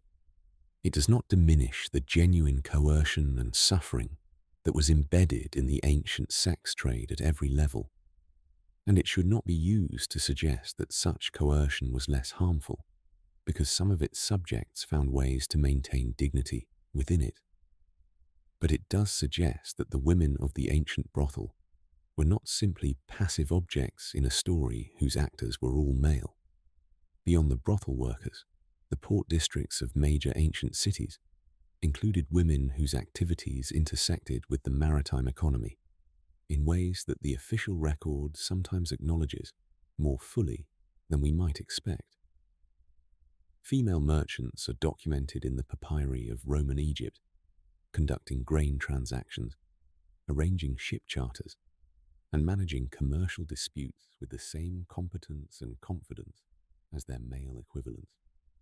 A papyrus from the 2nd century records a woman named Thermotherion arguing a commercial case before a magistrate in Alexandria with such skill that the opposing counsel apparently sought a delay in proceedings to prepare more thoroughly, an anecdote that suggests a commercial world in which female participation was sufficiently common that unusual competence in a woman was a practical advantage rather than a social anomaly. The priestesses of the harbor cults deserve specific attention. The temples of Isis and Aphrodite and the other gods whose worship was centered in port districts required female religious personnel, and the women who filled these roles occupied a position of genuine social importance. The title of priestess carried with it public recognition, legal protections that extended to the goddess's property and her servants, and the kind of social visibility that was otherwise extremely difficult for women of non-elite status to achieve in the ancient world. The priestesses of Isis, in particular, were figures of real authority, initiates of a mystery religion whose knowledge gave them spiritual prestige, administrators of temple property whose commercial activities gave them economic independence, and public figures whose role in the great harbor festivals made them visible to the entire community in a way that few other roles available to non-elite women could provide. The wives and families of sailors, waiting in the harbor cities while their men were at sea, form a category that the ancient sources largely ignore, not because they were unimportant, but because waiting is not a narrative-generating activity in the ancient literary tradition. But they are recoverable from the evidence if you look in the right places. The letters sent between husbands and wives across the distances of the ancient commercial world, preserved in some numbers among the papyri of Roman Egypt, reveal the texture of lives organized around the rhythms of the sailing season, the anxiety of delayed returns, the management of household affairs in the long absences of men who were at sea for months at a time. A wife who managed household finances, raised children, maintained social relationships, and made commercial decisions during her husband's absence was, functionally, an independent economic actor, regardless of the legal framework that defined her as her husband's dependent. The port city created, almost inadvertently, conditions that required this kind of female practical independence, and the evidence suggests that many women exercised it with competence and without particular anxiety about its theoretical incompatibility with official gender norms. One category of women in ancient port cities has left traces in the record that are both more specific and more poignant than most. These are the women commemorated in brief funerary inscriptions as having died young, away from their home cities, in the harbour districts of places where they were strangers. Some of these women are identified by their occupations: freed women of various kinds, workers in the service trades, and their inscriptions were erected by employers, by colleagues, by the informal communities of the port district that were, in the absence of blood family, the closest thing to kin that many of them had.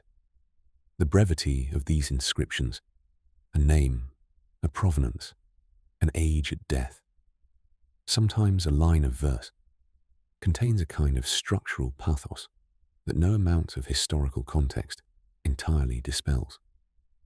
Petronia Jucunda, from Alexandria, who lived 23 years, 2 months, and 14 days. Someone remembered the days.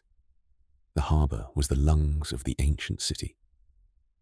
Through it passed everything that the city needed to survive, and with the same inevitable regularity, everything that could kill it. The relationship between maritime trade and epidemic disease is one of the most consequential facts of ancient history, and it is one that the ancient world only partially understood, because the understanding it possessed was structured around theories of causation, miasma, divine punishment, astrological influence that had no practical utility in the face of a spreading plague. The Antonine Plague of 165 to 180 CE is the first great pandemic of the Roman imperial period to be documented in sufficient detail for modern epidemiologists to attempt a retrospective diagnosis. It arrived in Rome via its military and commercial connections to the Eastern Empire, carried by soldiers returning from campaigns in Mesopotamia, and almost certainly transported at the same time by the merchant ships that moved constantly between the Eastern Mediterranean and Ostia. The historian Cassius Dio and the physician Galen, who was practicing medicine in Rome during the plague's worst years, and whose observations are among our most detailed clinical sources, recorded symptoms that modern researchers have generally interpreted as consistent with smallpox, though the diagnosis remains debated. What is not debated is the scale. Estimates of total mortality vary widely, but the most careful modern assessments suggest that somewhere between 5 and 10% of the Roman Empire's total population died in the 2 decades of the Antonine Plague's activity, with significantly higher mortality in densely populated urban centers. Rome itself may have lost a quarter of its population. The mechanisms by which the plague spread are traceable, in broad outline, through the geography of the Roman commercial network. It followed the trade routes, appearing first in the eastern military zones, then in Alexandria, then in other eastern Mediterranean port cities, then in Rome, then gradually moving along the roads and rivers that connected Rome to the rest of Italy and the provinces.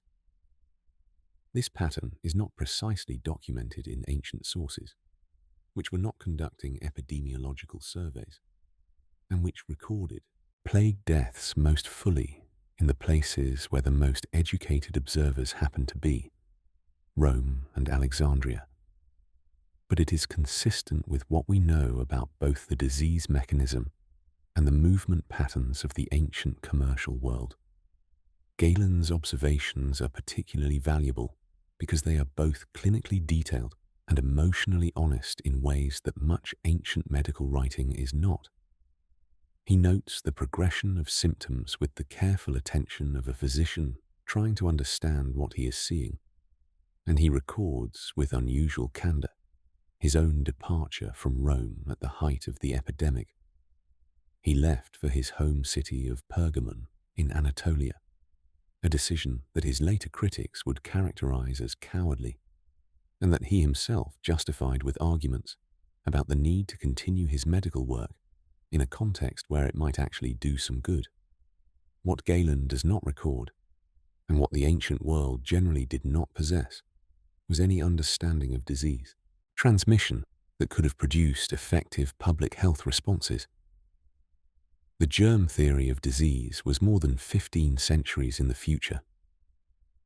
The ancient medical tradition offered explanations, primarily the miasma theory, which held that disease arose from corrupted air, often associated with rotting matter, swamps, and the kind of environmental conditions that, through a kind of accidental accuracy, actually correlate with several categories of disease. Even though the causal mechanism they propose is wrong, but these explanations generated interventions that were at best irrelevant and at worst actively harmful. The port's role in disease transmission was not, of course, limited to the great pandemics. Endemic disease, the constant background presence of gastrointestinal illness, respiratory infections, skin conditions, parasitic infestations, and the dozens of other ailments that thrived in the specific conditions of the harbour district, was a permanent feature of port life. The drinking water in harbour districts was notoriously bad, contaminated by the same proximity to waste disposal that made harbour mud so archaeologically rich and so biologically active. The food in port taverns was prepared and stored under conditions that would be immediately condemned by any modern health authority. The sleeping arrangements in harbour lodging houses, multiple bodies in small, poorly ventilated rooms, sharing surfaces that were never adequately cleaned, were ideal transmission environments for every form of contagious illness that passed from person to person through contact or respiratory exposure. The medical profession's presence in ancient port cities was substantial, though the quality of care available was wildly variable. Major harbour cities like Alexandria and Rome had physicians of real competence, men trained in the medical traditions of Greece and Egypt who had access to pharmacological knowledge accumulated over centuries and whose diagnostic skills, while structurally limited by their theoretical framework, were in some areas practically effective. But the majority of medical care available to sailors and dock workers in the harbour district was provided by practitioners whose training was minimal and whose methods ranged from the marginally useful to the actively dangerous. The boundary between medicine and magic in the ancient world was not clearly drawn, and the man who offered a sailor a remedy for seasickness might be applying genuine empirical knowledge about plant-derived medications, or might be reciting a charm that had been passed down unchanged for 200 years, on the assumption that it had worked for previous users, and would therefore work again. The ghost ships of ancient maritime legend, vessels found drifting empty, or with their crew dead, approaching harbours without living hands at their ropes, appear in the ancient sources as both factual reports and mythological elaborations, and the boundary between these two categories is impossible to draw with confidence. That ships did sometimes arrive at harbour with their entire crew dead was a real phenomenon, and the explanation was more often disease than violence, though violence was the explanation that ancient imaginations naturally reached for first. A cargo ship whose crew had all died from epidemic illness in the course of a voyage might drift for weeks on favourable winds before reaching a harbour, its manifest still intact, its cargo still secured, its dead crew lying where they had fallen. And the horror of such a discovery was sufficient to generate the kind of story that could travel from harbour to harbour for decades, accreting supernatural explanation as it went. What ancient people did, in the face of epidemic disease arriving by sea, was limited in practical effectiveness, but often impressive in organizational ambition. The Romans had no formal quarantine system. The word itself was coined in medieval Venice for a 40-day isolation period, quarantina giorni. But they did have practices that served some of the same purposes. Cargo from suspect ships could be impounded in harbour warehouses for a period before distribution. Sick sailors could be, and sometimes were, prevented from entering cities during epidemic periods, though the enforcement of such restrictions was irregular and their effectiveness correspondingly limited. The great harbours of the imperial period had what appear to have been medical facilities for sick sailors, not hospitals in any modern sense, but spaces where the ill could be kept separate from the healthy and given whatever care was available.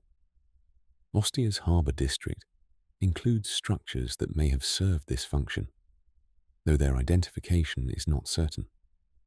The deeper irony of the plague-harbour relationship is that it was inseparable from the commercial relationship that made ancient civilization possible.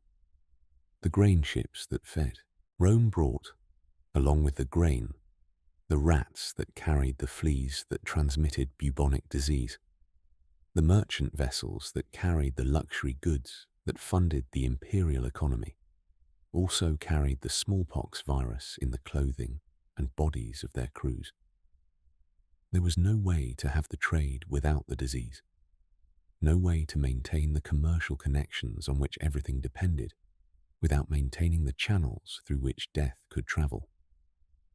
The harbour was the price of civilization, payable in lives at irregular intervals that no one could predict, but everyone, at some level, expected. There is a particular quality to the darkness in a harbour district at the third hour of the night, the hour that we would call approximately 9 o'clock in the evening, that is distinct from the darkness of any other part of the ancient city. In the residential quarters, in the houses of the wealthy, with their inward-facing courtyards and their barred windows, darkness is domesticated. It belongs inside the walls. It is the darkness of private life, of sleep and intimacy, and the sounds of family.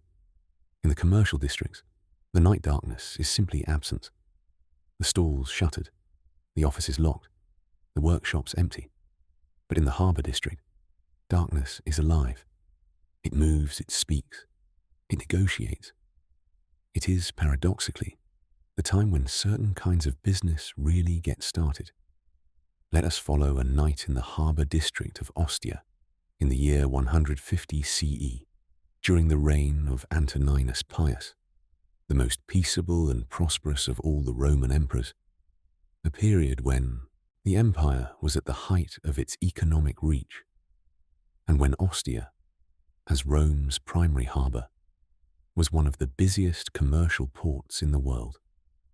We will follow 4 people through the hours between sunset and dawn, and though their specific names are invented, everything we know about them, their circumstances, their activities, their concerns, comes from the historical record. Quintus Petronius Maximus is not, despite his impressive name, an impressive man. He is a grain merchant of middling prosperity, perhaps 50 years old, whose family has been in the grain trade for 3 generations, and whose fortunes are presently being tested by a bad harvest in Egypt and a sharp increase in the price of shipping from Alexandria. He arrived in Ostia 3 days ago on a vessel carrying a partial cargo of Egyptian grain and a great deal more of Syrian wine. And he has spent those 3 days in increasingly frustrating negotiations with the Roman buyers, who know perfectly well that he needs to sell and are using that knowledge with commercial ruthlessness. Tonight, he has agreed to meet a colleague, an Alexandrian Greek named Isidoros, who represents a consortium of Egyptian grain producers, at a tavern near the harbour's eastern mole.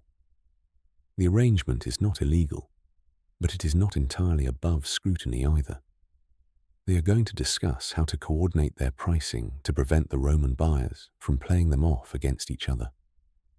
This kind of gentleman's agreement was as old as commerce itself, and as legally ambiguous as any practice that exists, because it is almost impossible to prove. Quintus finds the tavern without difficulty. He has been in Ostia enough times to know the harbour district well, and takes a table near the back, where the light from the oil lamps is poor enough to make recognition from the street difficult without being so poor that he cannot see the door. He orders wine, which arrives in a ceramic pitcher of a type he recognizes as Campanian, and he settles into the particular quality of waiting that comes from having arranged a meeting in a place that has not yet acquired the meeting you arranged. The room is perhaps 2/3 full. Dock workers eating at the counter. 2 men arguing in Greek at a table by the window. A woman of middle age, managing the establishment with the practiced efficiency of someone who has been doing this work for 20 years and has developed a comprehensive immunity to all forms of drama, short of bloodshed. This woman is Fortunata.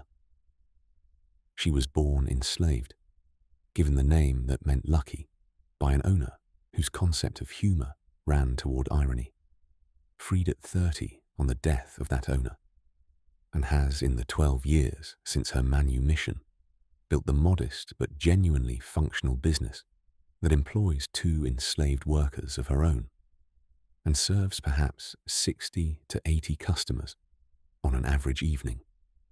She is what a later age would call a small businesswoman, but in the vocabulary of the ancient world, she is simply a liberta, a freed person who has done, through effort and intelligence, what freed people of sufficient capability could do in Roman society. Built something. She has seen tonight's group of customers before, or versions of them. The anxious merchant waiting for someone, the competitive dock workers establishing hierarchy through argument, the travelling traders who need information about conditions in the harbour and know that she has it. She talks to everyone. She is, in the language of the modern intelligence community, a node, a person through whom information moves and accumulates, because she is simultaneously trusted and disregarded by people who would be more careful in front of someone whose attention seemed more official. Somewhere in the narrow streets behind Fortunata's establishment, Menander of Antioch is trying to determine whether the man he is following has noticed him. Menander is 23 years old and has been in Ostia for 6 weeks, long enough to have acquired the basic vocabulary of the harbour district's criminal economy, and not nearly long enough to know which of its practitioners are reliable and which are not. He has come from Antioch with a cargo of Syrian glass and a secondary cargo of considerably more portable and valuable goods that he does not intend to declare to the customs officials, and that he has been assured can be moved through the harbour without difficulty if he uses the right contacts. The man he is following, a squat, unhurried Sicilian named Vibius, who has been pointed out to him as one of those contacts, has turned into an alley that Menander does not know, and is moving with a purposefulness that suggests either that he is unaware of being followed or that he is entirely unconcerned by it. Both possibilities are worrying in different ways. On the far side of the harbour, on the stone quay that runs along the western mole, a Syrian sailor named Barabbas, not the famous one. It was a reasonably common name in Syrian Aramaic, is sitting with his feet over the edge of the stone, watching the black water move beneath him with the contemplative patience of a man who has spent too many years at sea to be impressed by anything the water does. He is 41 years old, which is older than most men who have spent their lives at sea in the ancient world, and the age is visible in him.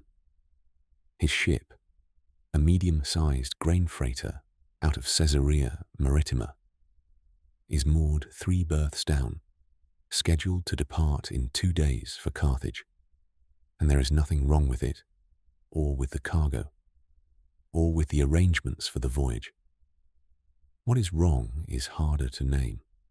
It is the sense, growing in him over the past several months, that something has shifted in the calculus of his existence, that the risk-to-reward ratio of the life he has been living is no longer what it was when he was young enough for the sea to feel like freedom rather than habit.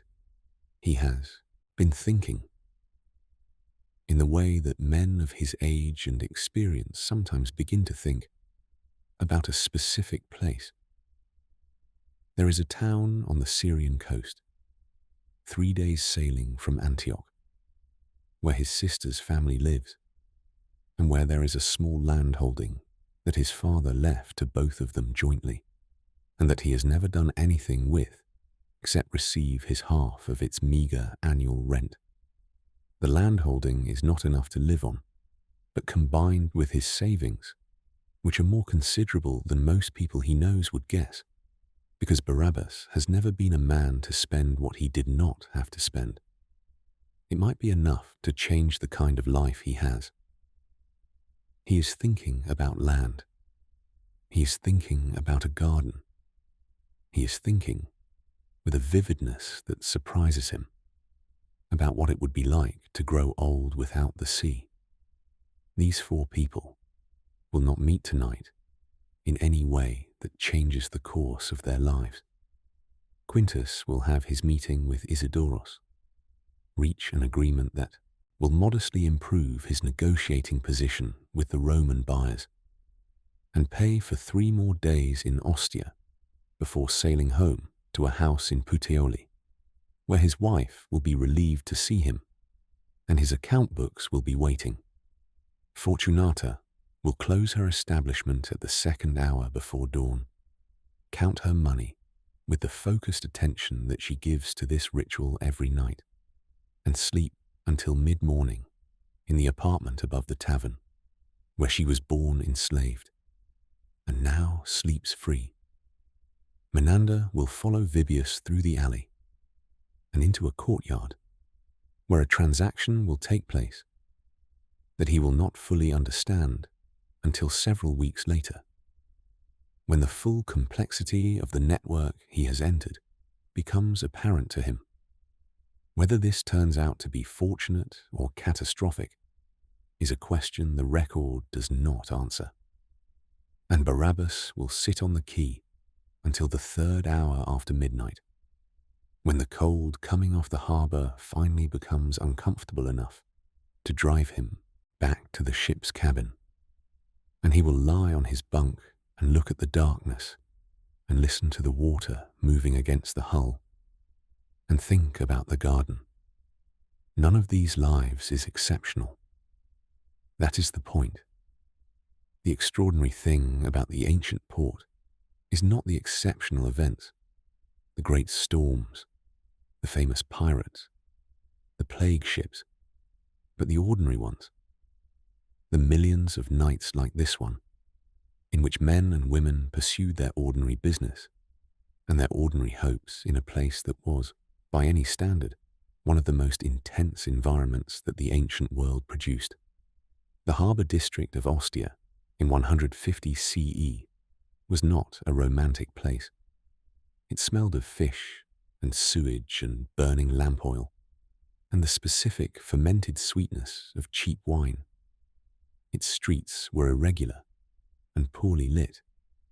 Its social world was governed by hierarchies of violence and money that had no patience for sentiment. And it was, for the people who lived and worked in it, simply the world, the only world they had, the world in which their hopes and their anxieties and their calculations and their small pleasures were entirely real and entirely sufficient.